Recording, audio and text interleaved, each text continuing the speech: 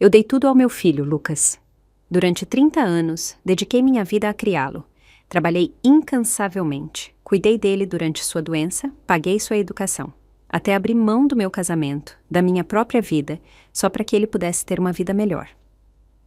Mas no dia em que contei que tinha perdido meu emprego, a primeira reação dele foi me expulsar, tratando-me como um fardo inútil, um parasita.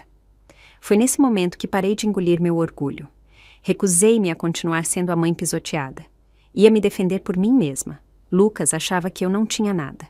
O que ele não sabia era que minha falecida chefe, que me respeitava muito pelos anos que dediquei a ela, havia me deixado uma fortuna. E dessa vez, eu garantiria que ele percebesse que o preço de me trair era muito maior do que ele jamais poderia imaginar. Acabei de chegar em casa quando contei ao meu filho Lucas que não trabalharia mais para Catarina. Nem tinha explicado o motivo quando o rosto dele escureceu e ele me interrompeu no meio da frase. Sua voz se elevou bruscamente, o rosto vermelho de raiva. Por que você largou o emprego de repente? Eram 3.000 por mês.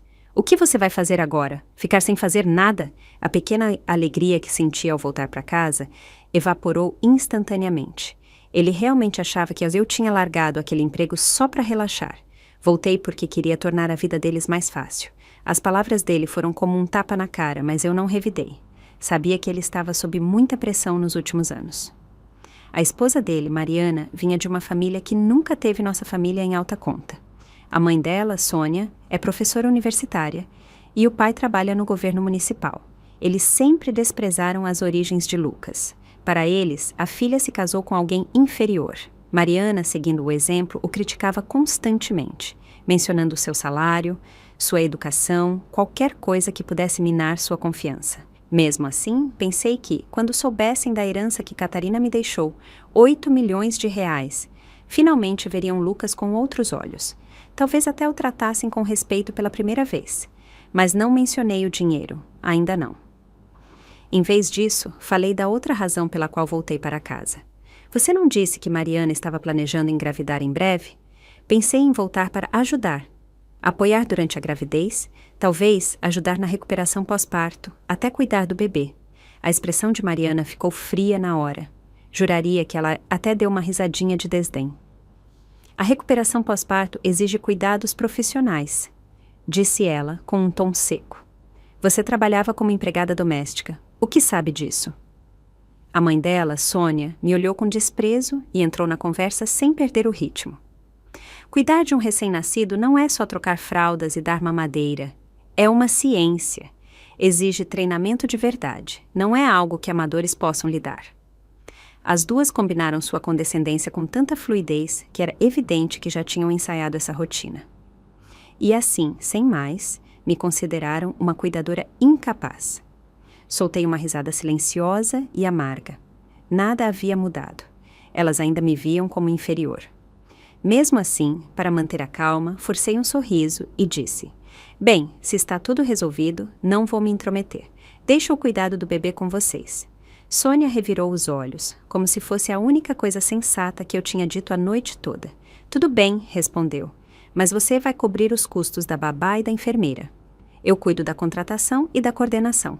Aquela frase me deixou sem palavras, e um nó se formou no meu peito. Meu filho Lucas interveio imediatamente, continuando a conversa de onde Sônia parou, sem hesitar. Exatamente, mãe. Você nunca deveria ter largado aquele emprego. Nossos gastos estão prestes a dobrar. Você precisa continuar trabalhando. Foi então que entendi, claro como água. Eles nunca quiseram que eu voltasse para casa para descansar. Só precisavam de um salário fixo para a casa. Para eles, eu não era mais que uma empregada, um caixa eletrônico ambulante. Meu rosto endureceu. Tenho 58 anos. Acho que está na hora de descansar e me aposentar. Aposentar? Mariana soltou uma risada amarga. Você nem tem aposentadoria. De que aposentadoria está falando? Suas palavras quase me tiraram o fôlego. Eu quis contribuir para um plano de aposentadoria anos atrás. Foram eles que me disseram para economizar o dinheiro e, em vez disso, ajudar a pagar a hipoteca antes do prazo. Agora, jogavam isso na minha cara. Mariana jogou o cabelo no rosto e retrucou. Isso porque sua renda era patética. Quem mandou comprar uma casa que você não podia pagar sem um empréstimo? Deveria ter planejado melhor. Lucas, tentando acalmar Mariana, levantou a voz para mim. Chega, mãe. Mariana está tentando engravidar, você só está estressando ela. Agora é quando mais precisamos de dinheiro, e você deveria ajudar. Você está em plena forma. Não há motivo para não continuar trabalhando por mais 20 anos. Deixe essa história de aposentadoria para quando tiver 80. Fiquei paralisada, dominada por uma onda de tristeza que não conseguia expressar com palavras. Depois de tudo que dei, cada sacrifício, cada hora trabalhada, cada real ganho, eu ainda era apenas um caixa eletrônico aos olhos deles. Foi então que realmente vi como as coisas eram. Todo aquele discurso de respeito e gratidão eram apenas mentiras açucaradas para me manter trabalhando. Quando Lucas ainda estava na universidade, ele começou a namorar Mariana. Para ajudá-los a viver mais confortavelmente e apaziguar a família preconceituosa de Mariana, abri mão de tudo e me mudei para outra cidade para trabalhar como empregada doméstica interna, só para economizar o suficiente para comprar uma casa para eles. Eles não pagaram um centavo, embora o título da casa estivesse apenas no nome deles. Naquela época, com lágrimas nos olhos, eles me disseram: um dia, quando estivermos bem, cuidaremos de você. Você finalmente terá a vida que merece. Mas agora sei o que queriam dizer com a vida que mereço. Uma vida de trabalho sem fim, até meu corpo desistir aos 80 anos. Contive as lágrimas, firmei a voz e disse com determinação: eu disse que me aposento. É definitivo. Ninguém pode tomar essa decisão por mim. Sônia deve ter percebido que Leo falava sério e ficou preocupada que Leo parasse de sustentá-los.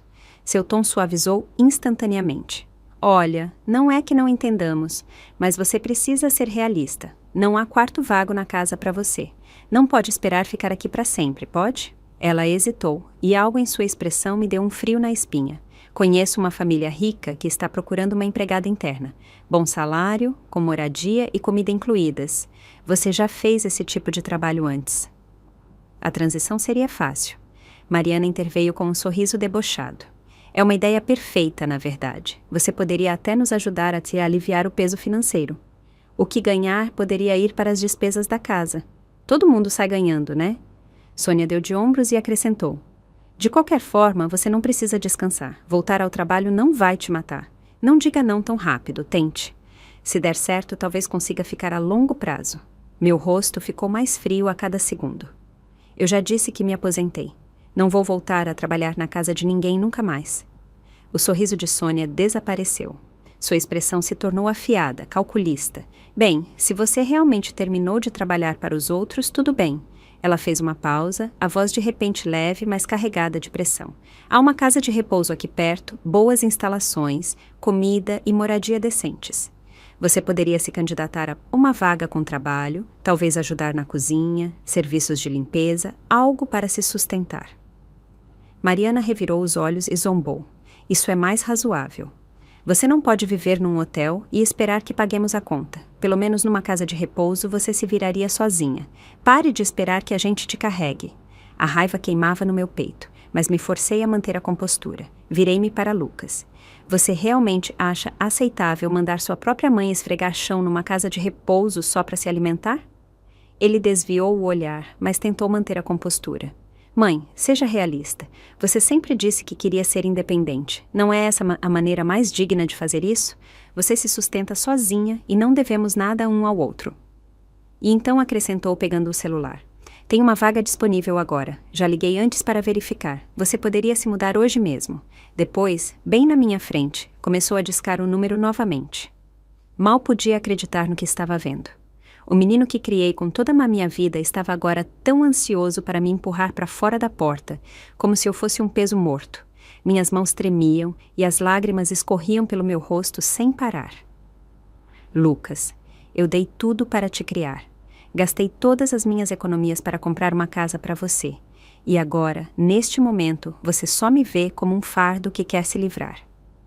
Por um breve segundo, a culpa brilhou nos olhos dele, mas foi rapidamente engolida pela raiva. Ele chutou minha mala, fazendo-a cair no chão. Você acha que sofreu? Foi sua decisão. Se não tivesse se divorciado do meu pai, não teríamos acabado na miséria. Eu poderia ter crescido rico e você arruinou tudo. Deixe-me te dizer uma coisa, Margarida. Você me deve para o resto da sua vida. Fiquei lá, em silêncio atônito, encarando seus olhos injetados de sangue. enquanto uma dor surda e implacável atravessava meu peito, como uma faca cega girando lentamente, cortando tudo o que me restava. Ele não tinha ideia. A única razão pela qual me divorciei do pai dele foi por ele. Se eu não tivesse saído daquele casamento, seu suposto pai rico nunca o teria reconhecido como filho. Na verdade, ele poderia ter sido abandonado num orfanato, tratado como um cachorro de rua que ninguém queria.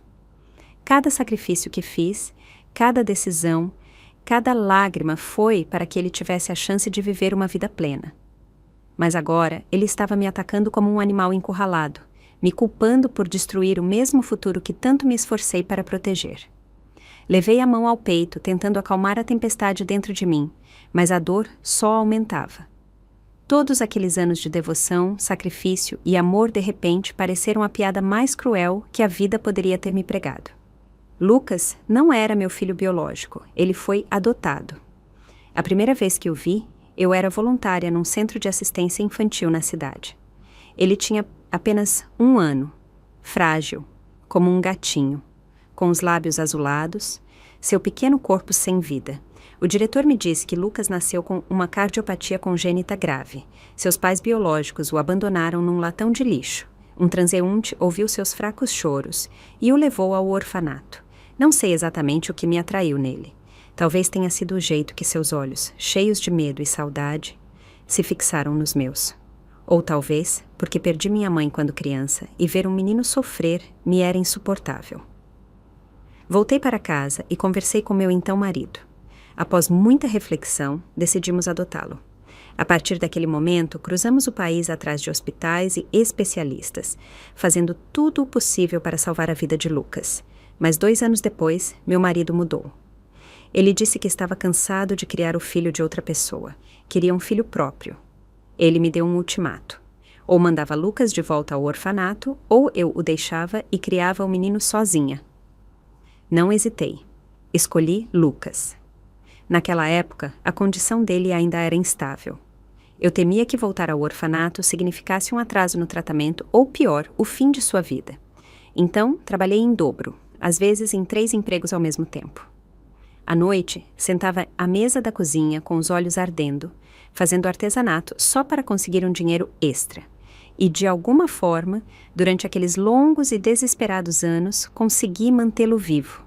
Ele sobreviveu, se recuperou e finalmente ficou tão saudável quanto qualquer outro garoto. Chegou até a universidade. Nunca contei a verdade sobre seu passado. Não porque quisesse mentir, mas porque não queria ser um peso para ele. Ele já era uma criança sensível e insegura. Não queria que ele carregasse o fardo de saber que foi abandonado pelos pais biológicos e depois rejeitado pelo pai adotivo. Queria que ele acreditasse que o mundo ainda podia ser gentil, que o amor verdadeiro existia, mas nunca, nem nas minhas piores pesadilhas, imaginei que ele se tornaria isso: frio, egoísta e ingrato. Embora estivesse furiosa, também sentia um certo alívio. Graças a Deus, nunca mencionei o fundo fiduciário.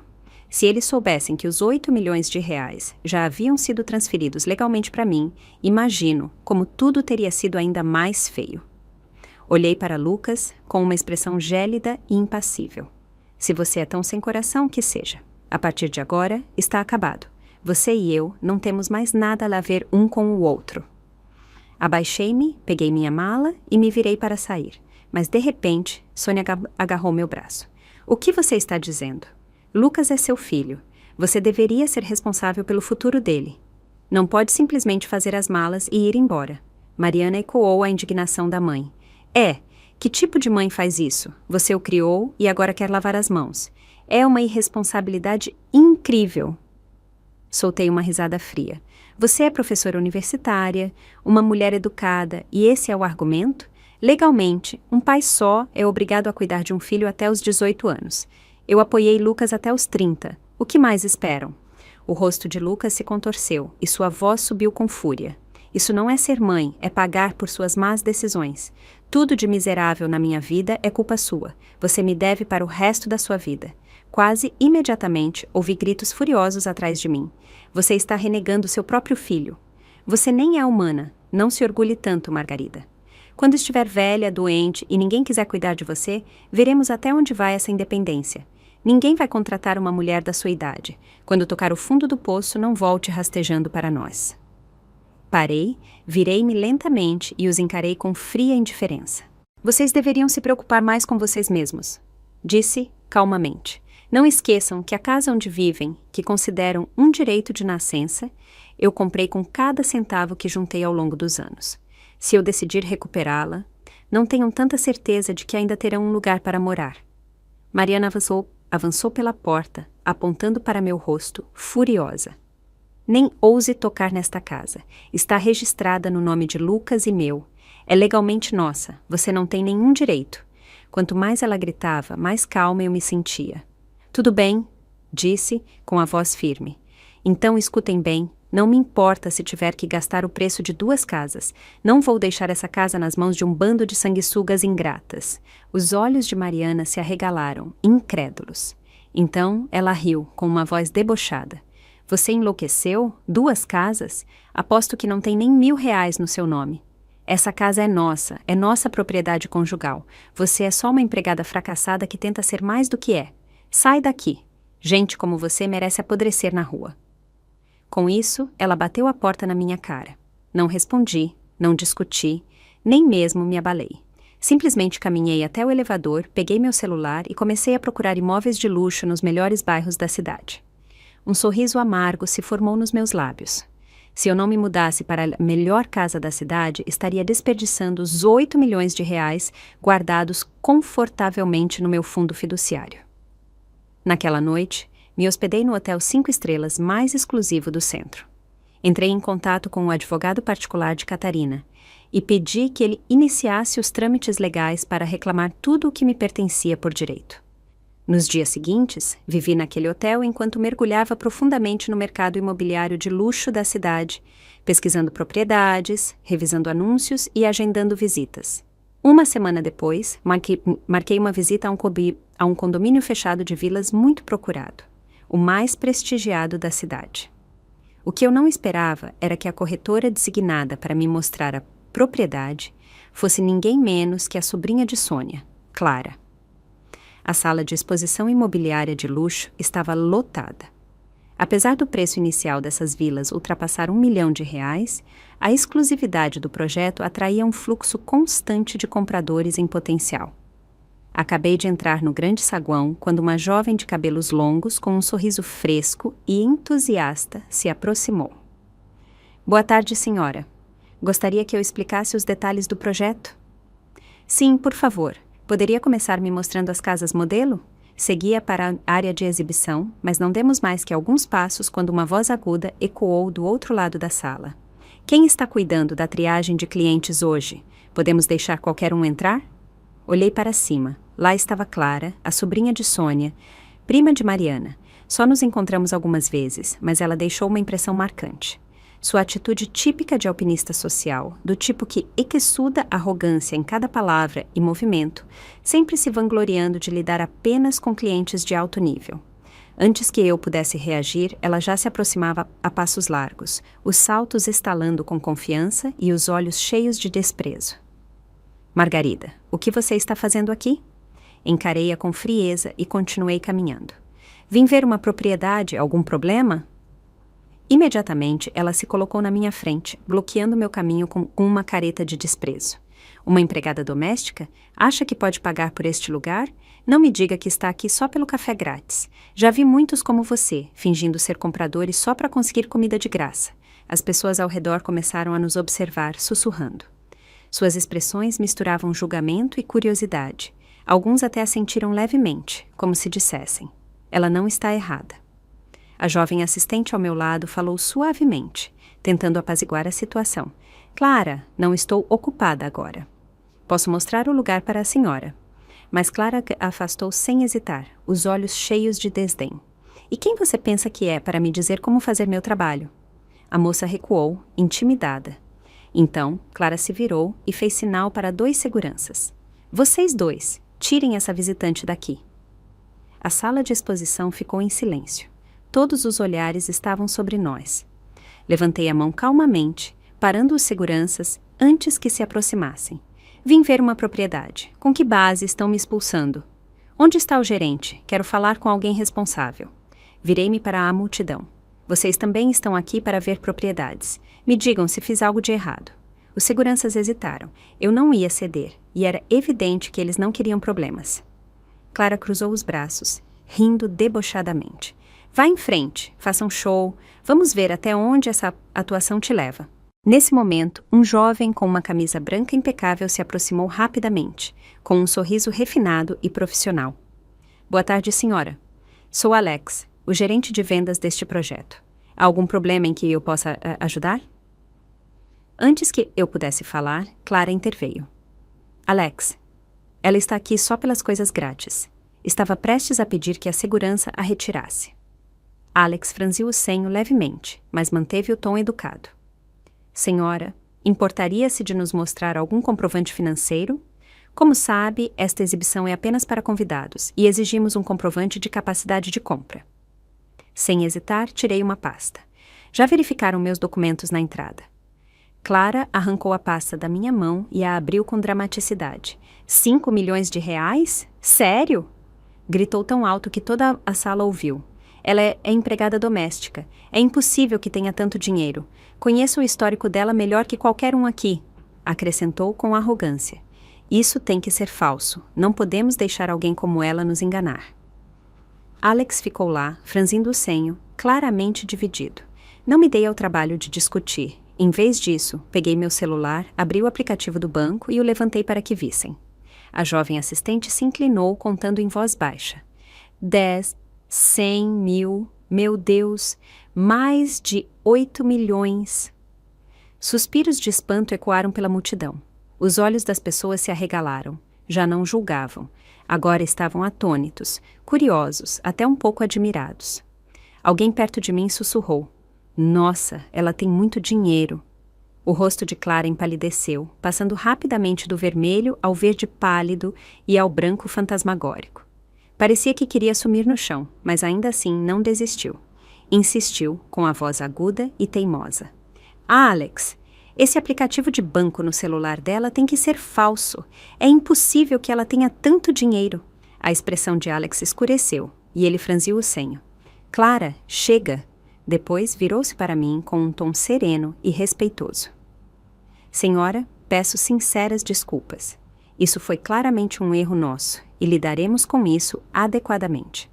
Vou designar nosso gerente de clientes mais experiente para atendê-la imediatamente. Acenei levemente com a mão, oferecendo um sorriso tranquilo, e me virei para a jovem que me recebeu antes. Não precisa, ela está ótima, é muito profissional. Quero que ela me mostre a propriedade. Alex pareceu um pouco inquieto. Na verdade, ela acabou de começar. Tecnicamente, ainda está em treinamento. Só me preocupo que ela não tenha experiência suficiente. Gosto dela, disse com firmeza, sem deixar margem para discussão. Hoje compro a casa e quero fazer isso através dela. Alex assentiu imediatamente, nervoso, mas ansioso. Claro, claro. Mônica, certifique-se de atender nossa distinta convidada com cuidado. Clara ficou de lado, o rosto rígido, os lábios crispados de frustração contida. Ela me viu me afastar furiosa e murmurou baixinho. Só uma empregada glorificada fingindo ser alguém. Ignorei-a completamente e apontei para uma maquete no centro da sala de exposição. Quero ver essa, disse a Mônica. Assim que vi aquela vila, soube. Tetos altos na sala, um jardim espaçoso nos fundos, uma varanda de mais de 200 metetars e, o mais importante, estava completamente mobiliada e pronta para morar. Quero essa, disse sem hesitar. Vamos começar a papelada. Os olhos de Mônica brilharam de emoção. Senhora, tem certeza de que não quer ver outras opções? Estou livre. Ficaria feliz em mostrar outras. Não precisa, respondi. Essa é mais que suficiente. Mônica mal conseguia conter a alegria.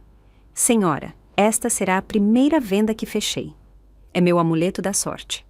Fomos para a área de assinaturas, e enquanto revisava a minha papelada, um murmúrio baixo começou atrás de mim. Nossa, ela assinou sem pensar 2 vezes. 1,5 milhão. Nem piscou. O dinheiro manda, né? Não se deixe enganar, murmurou alguém. Clara não disse que ela é só uma empregada doméstica? Deve estar ostentando o dinheiro do chefe. Hoje em dia, até empregadas sabem fazer um espetáculo. Sério? Que tipo de chefe confiaria milhões a uma empregada? Então, a voz de Clara interrompeu os sussurros, impregnada de veneno fofoqueiro. Vocês não fazem ideia. Ela não é uma empregada qualquer. Não. Ela é uma dessas assistentes que moram na casa de velhos ricos. Sabe? Não só limpa o pó e esfrega o chão, se é que me entendem. Nossa, na idade dela, isso é uma vergonha. Que nojo. Tem gente que vende qualquer coisa por dinheiro. Se a família dela soubesse, não ficaria humilhada? Deixei o contrato de lado e me virei para Mônica. Mônica, disse com um sorriso firme, pode me colocar em contato com o Alex de novo? Quero comprar outra propriedade. A sala ficou em completo silêncio. Era como se o ar tivesse congelado. Os olhos de Mônica se arregalaram, a voz trêmula de incredulidade. Senhora, tem certeza? Quer outra? Exato, disse calmamente. Uma para morar, outra como investimento. Então sorri um pouco mais. Embora eu tenha um pequeno favor a pedir ao Alex. Alex voltou rapidamente, com um sorriso ainda mais radiante, quase exalando entusiasmo. Olá novamente, senhora. Por favor, me diga como posso ajudá-la. Confirmei a compra da primeira propriedade, disse. Estou pronta para assinar o contrato e gostaria de adicionar uma segunda unidade também. Fiz uma pausa, com um tom frio. Mas espero que sua equipe lide com o comportamento inadequado de certos funcionários. O sorriso de Alex murchou. Sua mirada percorreu a sala e caiu rapidamente sobre Clara. Clara, você está causando problemas de novo. Peça desculpas ao cliente agora. Clara levantou o queixo, desafiadora, recusando-se a ceder. Por que eu deveria me desculpar? Só falei a verdade. Ela era empregada doméstica, uma dessas que só atendem velhos ricos. Levantei a cabeça lentamente, semicerrando os olhos enquanto encarava. Você diz que meu filho te contou isso? Então, deixa eu te contar uma coisa em troca. Ele também disse uma vez que sua pequena carteira de negócios fechados não veio das suas supostas habilidades, mas das noites que você passava na cama com seus clientes. Verdade, né? O rosto de Clara empalideceu. Seus lábios tremiam. Você está mentindo. Isso é calúnia. Ah, é? Você não me caluniou há poucos minutos? Agora, de repente, sabe o que é calúnia. Virei-me para Alex, que entendeu na hora. Sua expressão ficou sombria. Clara, chega. Segurança, escoltem-na para fora do prédio. A partir de hoje, você está demitida. Clara entrou em pânico, os olhos cheios de lágrimas. Alex, eu não estava mentindo. Ela realmente era empregada doméstica, mas o tom de Alex permaneceu firme. Você violou gravemente as políticas de conduta da empresa. Está demitida com efeito imediato. Levantei a mão para impedir que os seguranças se movessem. Espera, disse calmamente. Ela não vai a lugar nenhum ainda. Ela me difamou publicamente e não vou deixar isso passar despercebido. Naquele instante, peguei meu celular e fiz uma ligação. Alô? Sim, é da polícia. Quero registrar uma queixa por difamação e assédio público. 10 minutos depois, 2 policiais chegaram à sala de exposição. Após ouvirem meu relato e revisarem o incidente, deram a Clara uma advertência formal e deixaram claro: se ela não se desculpasse publicamente, eu tinha todo o direito de prestar queixa. Acuada e tremendo de raiva, Clara finalmente murmurou, entre dentes: desculpe-me. Ela lançou a Mônica e a mim um último olhar de ódio antes de sair furiosa. Os olhos ardendo de inveja, especialmente ao ver Mônica se preparando para fechar a segunda venda. A mesma Mônica que ela havia menosprezado há apenas 1 hora agora era a estrela do dia. No fim, assinei os contratos das 2 propriedades e paguei tudo à vista, sem hesitar. Mônica estava ao meu lado, os olhos brilhando de emoção. Mal conseguia falar. Senhora, não tenho palavras para agradecer. Trabalho aqui há 3 meses sem vender uma única unidade, e hoje 2 de uma vez. Você é realmente meu milagre. Para demonstrar sua gratidão, ela insistiu em cuidar pessoalmente da limpeza completa e dos preparativos para a mudança. Aceitei com prazer. Pela primeira vez em anos, me senti verdadeiramente leve, como se toda a humilhação, ressentimento e amargura tivessem desaparecido como poeira ao passar pelas portas da minha nova vila. Naquela noite, ao voltar para o hotel, meu celular tocou. Era Lucas. O que diabos você fez para arruinar o emprego da Clara? A família dela está atrás de nós agora, exigindo respostas. Como você vai consertar isso? Respondi com desdém. Que venham, esse é o seu problema agora. Eu te disse, acabou, não te devo nada. Você causou problemas e agora espera que a gente lide com as consequências? Isso não está certo. Aquilo fez meu sangue ferver. Problemas? Sério? Clara me difamou em público. Ela mesma procurou isso. A polícia estava lá. Acha que eles apareceram só por diversão? Se isso virar um desastre ainda maior, não pense que você vai sair ileso também. Lucas ficou em silêncio por um momento. Quando voltou a falar, seu tom havia suavizado notavelmente. Tá bom, vamos seguir em frente. Por sinal, lá estava aquele tom hesitante, aquele interesse calculado. Mãe, quem é seu novo chefe? Eles devem ter muito dinheiro e parece que te tratam bem, hein? Ri em silêncio. Lá estava ele de novo, farejando dinheiro como um cão de caça. Não importa quem sejam, não tem nada a ver com você, Lucas. Vou dizer mais uma vez, terminamos para sempre. Com isso, encerrei a ligação e bloqueei os números dele, de Mariana e de toda a família deles. Mas o que eu não esperava era que poucos dias após me mudar para minha nova casa, eu encontraria alguém que não planejava ver novamente. Sônia. Naquela tarde, eu estava numa sala de exposição de pianos de alta qualidade no centro, procurando opções para um piano de cauda. Acabei de me sentar no banco, pronta para testar as teclas, quando as portas principais se abriram e um tumulto de passos ecoou pelo espaço. Sônia entrou, cercada por seu círculo habitual de amigas da alta sociedade, com vozes altas e estridentes, de autoproclamada importância. Que tipo de loja é essa? Zombou Sônia. Deixar qualquer um sentar e tocar um piano. Que falta de profissionalismo. Seu olhar caiu sobre mim, e o sarcasmo praticamente escorria de seu sorriso. Margarida, você lavou as mãos antes de tocar esse instrumento? Não trabalhou na limpeza todos esses anos? Deus sabe que tipo de germes estão nos seus dedos. Quem diria que um piano tão caro poderia ser contaminado tão facilmente? Sua pequena comitiva riu entre dentes e sussurrou entre si, olhando-me com um desprezo mal disfarçado. Então, essa é a sogra de que você falava? Perguntou uma delas, sem nem se dar ao trabalho de baixar a voz. Nossa, ela não pode comprar um, então vem aqui só para fingir. Que vergonha! Outra mulher, com o cabelo preso num coque dramático e óculos de sol enormes no nariz, me olhou com desdém. Nossa! Não há nada mais irritante que alguém tentando fingir elegância com bolsas falsificadas. Os dois vendedores da sala trocaram um olhar sutil, visivelmente desconfortáveis. Um deles se aproximou e me ofereceu um sorriso caloroso e profissional. Por favor, senhora, sinta-se à vontade para continuar testando o piano. Eles estão aqui para isso, sem necessidade de comprar. Assenti educadamente. Depois, voltei para a partitura e me preparei para tocar. Para aliviar a tensão crescente na sala, o outro vendedor se aproximou de Sônia e seu grupo. Senhoras, bem-vindas. Há algum modelo em particular que gostariam de ver? Ficaria feliz em mostrar nossa seleção. Sônia me lançou um olhar frio e respondeu bruscamente. Íamos dar uma olhada, mas agora não tenho tanta certeza. Está claro que esta loja não se importa com seus instrumentos nem com seus clientes. Sorri calmamente para o vendedor e disse com clareza. Preciso de um pouco mais de tempo para testar alguns. Pretendo comprar hoje mesmo. A mulher do coque zombou e se jogou num sofá próximo, cruzando os braços. Claro que sim, vou ficar aqui para ver como você sai dessa. Mal posso esperar para te ver fugir sem comprar nada. Sônia puxou o braço da amiga. Vamos para outro lugar. Só de estar perto de gente assim já me deixa de mau humor. Mas eu sabia que não era verdade. Sônia já tinha ouvido de Clara que eu comprei 2 vilas. Era evidente que ela não tinha certeza se acreditava, mas temia que eu provasse que ela estava errada de novo. Sua amiga, porém, não se deixou convencer tão facilmente. Vou ficar aqui, disse a mulher do coque, com um sorriso debochado. Não vou dormir esta noite se não vir essa mulher cair de cara.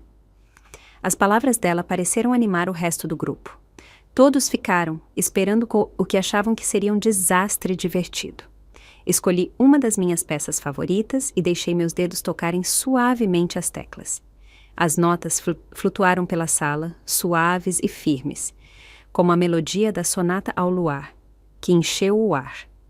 A mulher do coque torceu a boca em desdém e bufou. Que é isso? Parece barulho. Quem ensinou ela a tocar? Acha que pode estar numa loja de pianos com esse desastre? Mas antes que eu pudesse responder, o vendedor ao meu lado começou a aplaudir, com genuína admiração nos olhos. Senhora, isso foi lindo. De verdade, é uma das interpretações mais emocionantes da Sonata ao Luar que ouvi em muito tempo. A mulher do coque revirou os olhos com tanta força que quase caiu. Nossa, por favor! Se ela tivesse tanto talento, não estaria presa na vida sem futuro que leva agora. Seus elogios são óbvios demais, querido. Nesse momento, um grupo de jovens entrou na sala de exposição. Eles não disseram uma palavra, apenas ficaram atrás de mim, ouvindo em silêncio. Quando levantei os dedos do teclado, uma salva de palmas espontânea irrompeu. Nossa, isso foi incrível. Estudo piano há anos e ainda não consigo transmitir essa emoção na Sonata ao Luar. Sério, você capturou aquela atmosfera enevoada e onírica com tanta naturalidade. Você é incrível. Sônia estava por perto, franzindo o senho e semicerrando os olhos com visível confusão. Ela não conseguia processar a situação. Como alguém que ela sempre menosprezou poderia tocar com tanta graça e habilidade? A verdade era que eu devia esse momento de paz, de música, à minha falecida chefe. Ela vinha de uma família prestigiada, a mulher mais elegante e sincera que já conheci. Nunca me menosprezou. Na verdade, me tratava mais como uma irmã mais nova do que como uma empregada. Sempre que tinha tempo livre, me convidava para aprender música, pintura, literatura, e eu nunca desperdicei essas oportunidades. Estudei com dedicação, profundamente grata por sua generosidade e paciência. Ao longo dos anos, isso não apenas mudou meu estilo de vida, mas transformou meu espírito. Continuei tocando, deixando as teclas levarem minha mente, enquanto o rosto da mulher do coque azedava com o crescente fluxo de elogios. Ela baixou a cabeça, visivelmente inquieta. Então, num último esforço, desesperado para salvar as aparências, levantou a cabeça de repente. E daí que sabe tocar uma música? E daí? Se é tão impressionante, compre o piano agora. Já tinha tomado minha decisão. Calmamente, entreguei meu cartão ao vendedor. Obrigada, senhora, disse ele alegremente. Serão 150 mil reais. Digitei minha senha. Transação aprovada. Senhora, poderia me dar seu nome para finalizar a nota fiscal? Perguntou. Claro, disse e escrevi. Margarida Torres. A mulher do coque empalideceu. Virou a cabeça para Sônia, incrédula. Você disse que ela trabalhava para outra pessoa, que as vilas que ela comprou nem eram dela. O rosto de Sônia mudou. Ela se aproximou com uma expressão entre a incredulidade e algo muito mais confuso. Você? Você comprou esse piano? E aquelas 2 vilas também eram suas? Sorri. As faturas e os contratos estão no meu nome. Se não são meus, de quem seriam? O rosto dela se contorceu instantaneamente. Uma tempestade de choque, inveja, suspeita e amargo arrependimento a atravessou. Margarida, você era só uma empregada doméstica. De onde veio todo esse dinheiro? Cada real que gasto foi ganho de forma legal e legítima. Minha voz era cortante e fria. Sônia zombou. Por favor, você deve ter feito algo sujo para conseguir isso. A mulher do coque interveio imediatamente. Talvez seja uma golpista. É assim que as pessoas ganham dinheiro rápido hoje em dia. Mal as palavras saíram de sua boca, outra mulher, que estava calada até então, explodiu de repente. Que golpista! Nem ouse brincar com isso. Ela pegou o celular com as mãos trêmulas. Alô? 190. Preciso da polícia. Tem uma golpista aqui. Antes que alguém pudesse reagir, ela desligou e avançou sobre mim, tentando arrancar minha roupa num ataque de fúria. O pessoal da loja correu para contê-la. Ela gritava, chorava, completamente histérica, e finalmente entendi o motivo de seu surto. Ela havia sido enganada em mais de 200 mil reais 6 meses antes. Nunca recuperou o dinheiro e a dor ainda a consumia tão profundamente que a simples menção de um golpe a destruía. Sua raiva não era contra mim, mas contra uma sombra do seu passado. A polícia chegou rapidamente e, para minha surpresa, eram os mesmos 2 policiais que conheci no dia em que comprei as vilas. Um deles arqueou as sobrancelhas ao me reconhecer, com um leve sorriso no canto da boca. A senhora de novo? Assenti educadamente, mas antes que pudesse falar, a mulher do coque gritou: "É uma golpista, policial! Prendam-na agora!" O sorriso do policial sumiu. Ele ficou sério. "Senhora, tem alguma prova dessa acusação?" "Prova?" Ela retrucou. "Claro que não. Estou dando uma pista. Vocês deveriam investigá-la. Vamos lá, como uma empregada poderia comprar vilas e pianos de cauda. Isso é normal?" O policial suspirou, abrindo as mãos. "Talvez ela tenha ganhado na loteria. Acontece." Sônia interveio imediatamente, com um tom cortante. "Ela? Ganhar na loteria? Não seja ridículo. Ela nunca teve um dia de sorte na vida. Cresceu sem pais, teve um casamento fracassado, trabalhos ruins. Gente como ela não tem sorte, tem desespero, não tem educação nem carreira. O que mais ela poderia ter feito, além de algum esquema sujo para conseguir esse dinheiro?" A expressão do policial endureceu. "Senhora, sugiro que tome cuidado com suas palavras. Acusações sem provas são consideradas difamação e ataques pessoais. Podemos abrir um caso, se necessário." O rosto de Sônia empalideceu. Ela se calou instantaneamente. Um turbilhão de emoções girava dentro de mim. Frustração, dor, raiva, mas acima de tudo, clareza. A vida não foi fácil. Cresci sozinha. Após o divórcio, me matei para sustentar um filho que nunca valorizou nada do que fiz. E agora, aqueles que antes se beneficiavam dos meus sacrifícios usavam meus piores momentos como munição para me atacar. Se eu tivesse um nêmesis na vida, seriam Sônia, sua filha Mariana e Lucas. Não eram apenas ingratos, eram as verdadeiras maldições da minha história. Mas agora, finalmente, os vi como realmente eram. Peguei meu celular, abri o aplicativo do banco e, sem dizer uma palavra, virei a tela para Sônia, segurando-a para que ela e todos os outros vissem. "Não quer me ver feliz? Azar o seu. Parece que o céu tinha outros planos. Vê isso? Mais de 8 milhões. Tudo legal, tudo meu. Sem segredos sujos, sem truques, apenas bênçãos que você nunca entenderá. Se isso te deixa doente, espero que estrague seu apetite. Quer me acusar de me deitar com alguém para chegar ao topo? Vá em frente, me processe. Estou esperando." A caneca de água de Sônia escorregou de sua mão e se espatifou no chão com um estrondo metálico. Quase dava para ouvir o som do orgulho dela se despedaçando.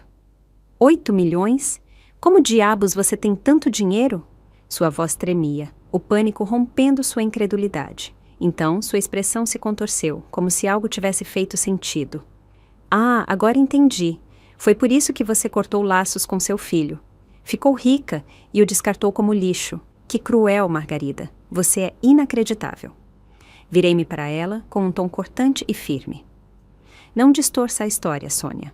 Eu estava disposta a deixar cada centavo para sua filha e meu filho. Esse era o plano. Mas eles decidiram que eu era um fardo assim que larguei o emprego. Me expulsaram de casa como se eu fosse lixo. Acha que esqueci?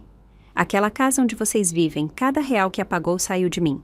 E você não só me expulsou, mas quis que eu esfregasse chão numa casa de repouso barata só para continuar ganhando dinheiro para sua família. Até sugeriu que eu trabalhasse para um velho rico como empregada interna. Deus sabe que tipo de serviços você tinha em mente. Me diga, Sônia, você ainda tem um pingo de decência? Eu poderia ter dado uma vida de luxo para toda a sua família, mas agora? Nem pensar, vocês estragaram tudo sozinhos." Virei-me para a multidão que crescia ao redor. "Me digam, esse grupo de ingratos não merece tudo o que perdeu?" A energia da multidão mudou. Seus olhos, antes cheios de fofocas, agora transbordavam de julgamento, voltados diretamente para Sônia e suas amigas. O rosto de Sônia ficou vermelho, como o de um golpista pego no flagra. "Você está mentindo. Nunca dissemos que você deveria trabalhar para um velho." "Ah, é?" disse calmamente. "Posso mostrar a gravação para todos. Deixo vocês ouvirem suas palavras exatas." O rosto dela ficou pálido, e por um segundo vi medo de verdade em seus olhos. "Essa gravação deve estar editada. Não vou ouvir essa porcaria." Sua voz falhou enquanto ela se virava e caminhava para a saída. "Margarida, você é cruel até o osso. Um dia você vai ter o que merece." E com isso, ela saiu furiosa, batendo a porta atrás de si. Finalmente exalei. Estava acabado por enquanto, mas eu sabia que não podia achar que estava realmente resolvido. Com tanto dinheiro em jogo, pessoas como Sônia e Lucas nunca ficam quietas por muito tempo. O que eu não esperava era o quão rápido Lucas voltaria à cena. Na manhã seguinte, o porteiro me entregou um enorme buquê de flores, dizendo que alguém o deixou na portaria para mim. Franzi o senho, arrastei as flores para dentro e as examinei com cuidado. Bem no centro havia um cartão. Desejo um fim de semana feliz. Com carinho, seu filho Lucas. Quase ri, enojada até o fundo da alma. Foi tão descarado que quase achei graça. Sem hesitar, peguei o buquê e joguei direto no lixo da cozinha. Depois, tirei uma foto. Pétalas amassadas, caules tortos e o cartão amassado, tudo num único quadro. E enviei para a portaria. De agora em diante, rejeite qualquer entrega dessa pessoa. E, por favor, envie essa foto para ele. Não queria apenas que o rejeitassem, queria que o humilhassem. De fato, nunca mais recebi outro buquê dele, mas ele não desistiu. Pelo contrário, intensificou seu comportamento. Começou a esperar do lado de fora do condomínio fechado todos os dias. Chovesse ou fizesse sol, fosse dia de semana ou fim de semana, ele estava lá, à espreita, desesperado. Cada vez que eu entrava ou saía, ele fazia outro show lamentável, como um personagem de uma tragédia barata. Um dia, chegou a se ajoelhar na calçada, chorando histericamente. Mãe, por favor, não fique mais brava, volta para casa. Eu errei. Mãe, não importa o que aconteça, ainda sou seu filho. Como você pode ser tão fria comigo? Nem me dei ao trabalho de olhar para ele. Sua teatralidade só me causava arrepios. No fim, cansei tanto daquela situação que contratei um motorista em tempo integral. Todos os dias, eu me sentava no banco de trás com os vidros fechados, passando pelo portão principal, diretamente para a garagem da minha vila, sem contato visual, sem conversa, sem chance de ele me alcançar. Lucas continuou assim por 2 semanas inteiras, mas, quando ficou claro que eu não cederia, ele finalmente desistiu. Pelo menos foi o que pensei. Em vez disso, ele mudou de tática. Ele começou a investigar e, de alguma forma, conseguiu contatar meu ex-marido, Ricardo, que também foi o pai adotivo de Lucas. Foi então que as coisas começaram a tomar um rumo que eu não havia previsto. Lucas não estava mais tentando se reconciliar. Ele queria me controlar, me esmagar, me destruir completamente. Ficou claro que, se não conseguisse o que queria, preferiria me ver arruinada. Uma tarde, meu celular tocou. Era Ricardo. Não falávamos há mais de 20 anos. Eu não fazia ideia de como ele conseguiu meu número. Só queria te avisar, disse ele calmamente. Lucas veio me procurar, chorou e implorou para que eu te convencesse a voltar para casa. Não sei o que aconteceu entre vocês. E, francamente, disse a ele que não é da minha conta. Só lembrei que não sou o pai biológico dele. Até disse que o que acontece entre vocês não me diz respeito. Sou um estranho, mas ele insistiu que eu estava mentindo. Chegou a aparecer no meu escritório e fez um escândalo. Não tive escolha a não ser fazer um teste de paternidade para calá-lo. Mas não contei toda a verdade. Cumpri minha promessa de anos atrás. Não revelei o verdadeiro passado dele. Resumindo, agora ele sabe que não sou o pai dele, mas você ainda é a única mãe dele. Desliguei, me preparando. Sabia que era só uma questão de tempo até Lucas bater à minha porta novamente. Quando ele o fizesse, eu estaria pronta. Contaria tudo, a verdade que tanto quis evitar. Diria para ele procurar a mãe que o abandonou num latão de lixo e parar de tentar destruir minha vida. Mas esse confronto nunca aconteceu. Em vez disso, Lucas tomou um caminho mais sombrio, um que eu não havia previsto. Cerca de 1 semana depois, notei algo estranho. O jeito que as pessoas do bairro me olhavam mudou. Seus olhares se demoravam mais, seus sorrisos ficavam mais fracos, mais forçados. No início, ignorei, até que Mônica me ligou uma tarde. Margarida, só queria te dizer que sei que você é uma boa pessoa. Por favor, não deixe que o que as pessoas estão dizendo te incomode. Fiquei confusa. O que as pessoas estão dizendo? Foi então que descobri o que realmente havia acontecido. Eu tinha me tornado uma sensação na internet, mas não do tipo bom. Lucas começou a fazer lives diárias numa rede social popular. O título do canal dele? Como Minha Mãe Me Abandonou. Cliquei e vi o quadro completo. Ele não me acusou diretamente de ser sua amante ou de algo escandaloso. Ele optou por algo muito mais insidioso. Criou uma história lacrimosa e manipuladora, se apresentando como um filho desolado e abandonado, enquanto me transformava no vilão frio, cruel e ganancioso. Nas lives, ele dizia coisas como: minha mãe nunca me amou de verdade. Trabalhei duro, estudei muito e ela nem me apoiava minimamente. No ano em que entrei na universidade, ela foi para outra cidade trabalhar como empregada interna para gente rica, me deixando morando sozinho num apartamento alugado. Quando me casei, ela não contribuiu com um centavo. Nem quando minha esposa ficou grávida, ela ofereceu qualquer ajuda. Agora que de repente ficou rica, me deixou completamente de lado, como se eu nunca tivesse existido. Não quero nem dinheiro. Só quero que ela me reconheça como filho, mas ela nem diz meu nome. Agora vive numa mansão, dirige carros de luxo e curte uma vida de elite, enquanto sou julgado e humilhado na rua. A sessão de comentários explodiu. As pessoas se dividiram em dois lados. Alguns tinham pena dele, outros me chamavam de desalmada, e, claro, havia os instigadores. Uma mãe assim não merece esse nome, deveria ter vergonha. Que triste. Daria qualquer coisa para dar a ele o amor que nunca teve. A live dele foi um sucesso. O número de seguidores disparou. Ele até começou a vender produtos e mercadorias no canal, aproveitando a onda de doações por pena dos seus supostos seguidores. Seremos o calor que sua mãe nunca te deu. Você merece algo melhor, garoto doce. Ela não merece felicidade. E então, as coisas pioraram ainda mais. As pessoas começaram a cavar minha vida pessoal, meu nome, minha foto, meu endereço, tudo começou a circular nos comentários e reposts. Eu me tornei oficialmente a cara da vilã das redes sociais, a mãe mais cruel da internet. Naquela noite, meu celular tocou novamente. Era meu advogado. Margarida, podemos tomar medidas legais imediatamente. Podemos pedir a remoção do conteúdo difamatório, exigir um pedido de desculpas público e buscar indenização por danos. Parei por alguns segundos e depois sorri calmamente. Sem pressa, deixe ele atuar um pouco mais. Primeiro, vou resolver isso do meu jeito. Na mesma noite, criei minha própria conta na plataforma de streaming e lancei meu canal ao vivo. Intitulei-o Então, essa é a mãe que abandonou o Lucas. Primeiro entrei na live de Lucas e enviei vários milhares de reais em doações, o que chamou a atenção instantaneamente e agitou o chat ao vivo. Depois, enviei uma mensagem na tela para todos verem. Olá a todos, sou a mãe cruel de que Lucas fala. Ele está há semanas chorando, dizendo que cortei seu apoio financeiro. Venham ao meu canal, vou mostrar a verdade. Esta noite estou sorteando 100 mil reais em prêmios. Juntem-se, é por ordem de chegada. Em questão de segundos, uma avalanche de espectadores entrou na minha live.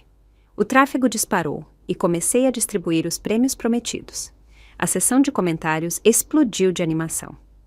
Obrigado, mamãe doce. Essa é a verdadeira rainha do conteúdo. Tomando nota, ela é mais carinhosa que minha própria mãe. Aproveitando o impulso viral, iniciei minha live oficialmente. Não perdi tempo adoçando as coisas. Falei direto para a câmera. Primeiro, sim, cortei os laços financeiros com Lucas, mas isso não me faz cruel e certamente não significa que o abandonei. As pessoas merecem a história completa. Não me afastei porque deixei de amá-lo. Me afastei porque a ganância dele se tornou insuportável. Quando recebi a herança da minha falecida chefe, minha intenção era deixar tudo para Lucas e sua esposa. Mas sabe qual foi a resposta deles? Em vez de gratidão, me acusaram de querer me aproveitar e se uniram para me expulsar de casa. Até sugeriram que eu me mudasse para trabalhar como empregada interna de um velho desconhecido, porque para eles meu único valor era continuar trabalhando e trazendo dinheiro para a casa. Para eles, eu não era uma mãe, era uma conta bancária. Enquanto falava, mostrei um escaneamento dos documentos fiduciários da minha antiga chefe, uma declaração autenticada em cartório que comprovava que herdei aproximadamente 8 milhões em ativos. O dinheiro que tenho vem de um fundo fiduciário legítimo, deixado por uma mulher que me tratou como família. Ela não tinha filhos e me nomeou sua única beneficiária. Os comentários explodiram novamente. Perdi 9 milhões? Que tipo de chefe faz isso? Finalmente, o karma recompensa um coração bom. Isso não é frieza, é clareza. Claro, nem todos estavam convencidos. Alguns céticos surgiram. Mesmo assim, você é a mãe dele. Não era para apoiar seu filho? Abandoná-lo após o casamento parece meio cruel. Respondi com calma, sem piscar. Deixe-me perguntar, sustentar um filho significa ser o caixa eletrônico pessoal dele para sempre? Criei Lucas sozinha desde que ele tinha 1 ano. Paguei suas mensalidades escolares, comprei uma casa para ele. E o que recebi em troca? Suspeitas, rejeição, desrespeito e ser expulsa da minha própria casa. Queriam que eu continuasse trabalhando como uma máquina para bancar o estilo de vida deles enquanto me tratavam como um fardo. Então, joguei a última carta. Uma gravação de áudio de Lucas ao telefone tentando me convencer a ser empregada interna de um velho. A ligação foi captada pelo sistema de segurança da casa do idoso. Era uma prova irrefutável. Os comentários explodiram novamente. Nossa, isso não é só oportunismo, é abuso financeiro. Cortá-lo não é crueldade, é sobrevivência. Assim se parece a culpa transformada em arma. Ele não chora por amor, chora por dinheiro. Parabéns, senhora. Esse filho merecia ser deixado de lado. Sabia que isso era só o começo. Lucas não sentia falta da mãe, sentia falta do dinheiro. E essa guerra mal havia começado. Olhei para a enxurrada de comentários na tela e soltei uma risadinha silenciosa. Depois, me inclinei para a câmera e falei diretamente com o público. A verdade é que nunca houve necessidade de cortar laços com Lucas. Instantaneamente, pontos de interrogação encheram o feed de comentários. Continuei, calmamente. Porque ele nunca foi meu filho biológico. Eu o adotei quando era voluntária num orfanato local. Ele tinha apenas 1 ano. Nasceu com uma cardiopatia congênita grave e foi abandonado pelos pais biológicos num latão de lixo. Mal se agarrava à vida quando o encontrei. Levei-o para casa por pura compaixão. Gastei todo o meu dinheiro para conseguir cuidados médicos para ele. Meu divórcio do meu ex-marido não foi por infidelidade, mas porque ele insistiu em ter um filho biológico e se recusou a continuar criando Lucas. Me deram uma escolha: mandar Lucas de volta ao orfanato ou abandonar meu casamento e criá-lo sozinha. Escolhi Lucas. Abri mão do meu casamento, da chance de ter filhos, só para dar a ele uma oportunidade de viver. Trabalhei em turnos noturnos, servi mesas, limpei casas, qualquer coisa que fosse necessária. Economizei até ele recuperar a saúde. Mandei-o para a universidade. Até comprei uma casa com o dinheiro que tanto me custou a ganhar. E o que recebi em troca?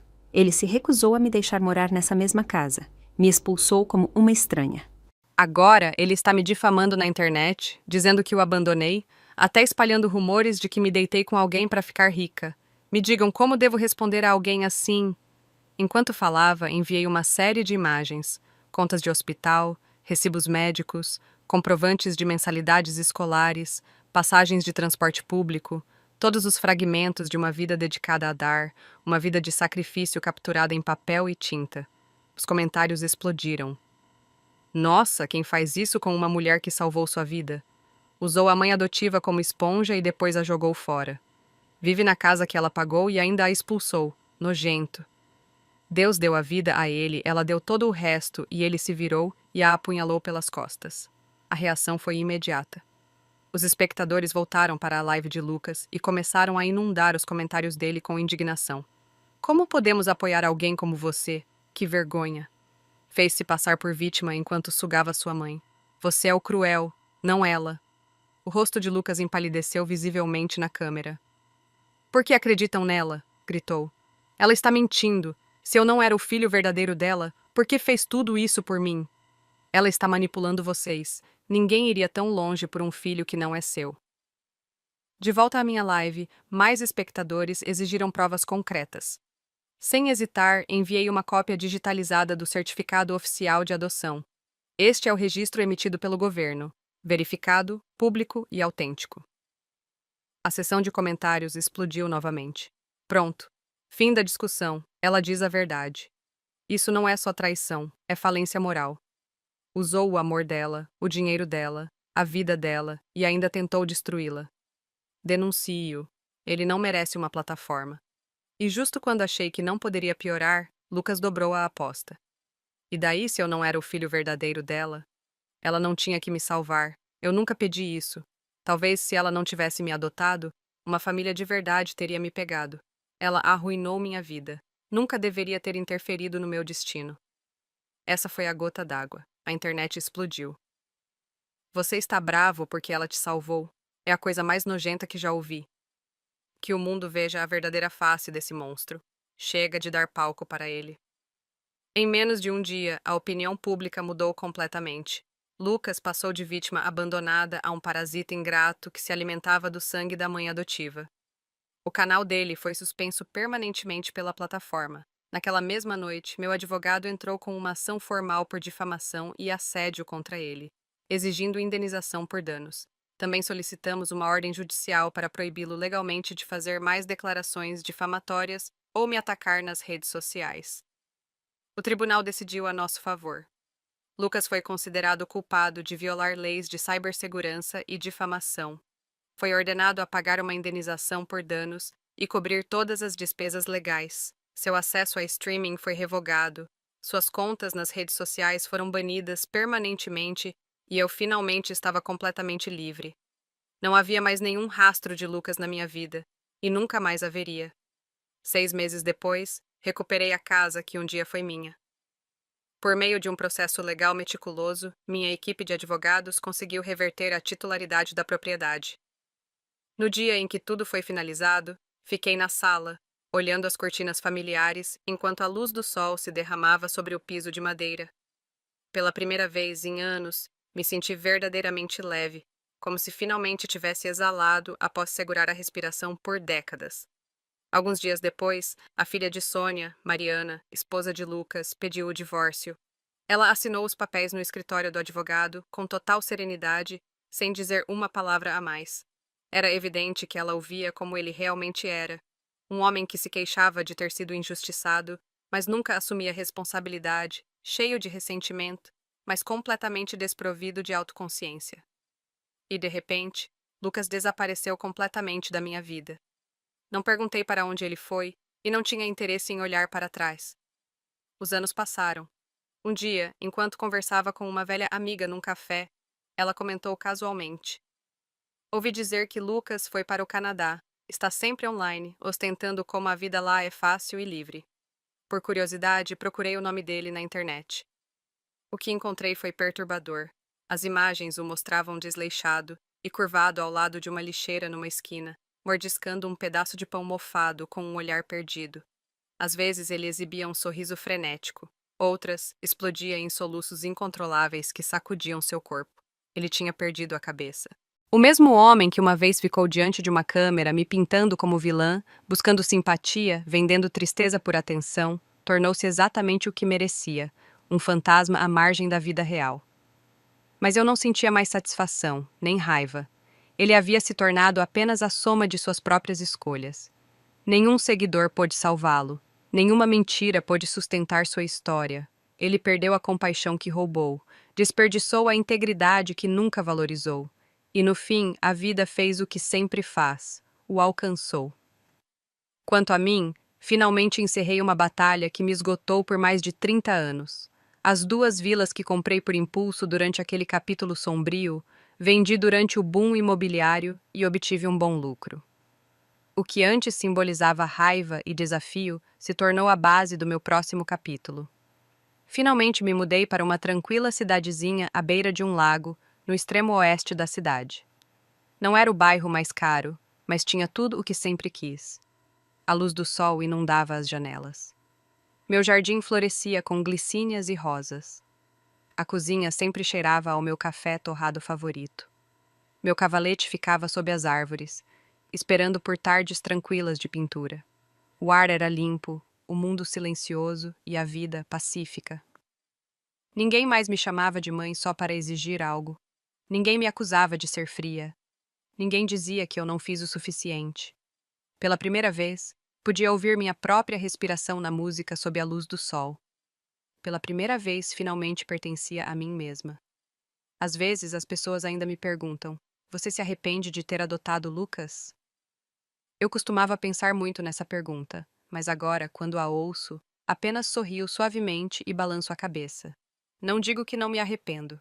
Só lamento não ter entendido antes que a bondade nunca deve ser praticada à custa da autodestruição. Aprender a me proteger foi a lição mais importante que aprendi na segunda metade da minha vida.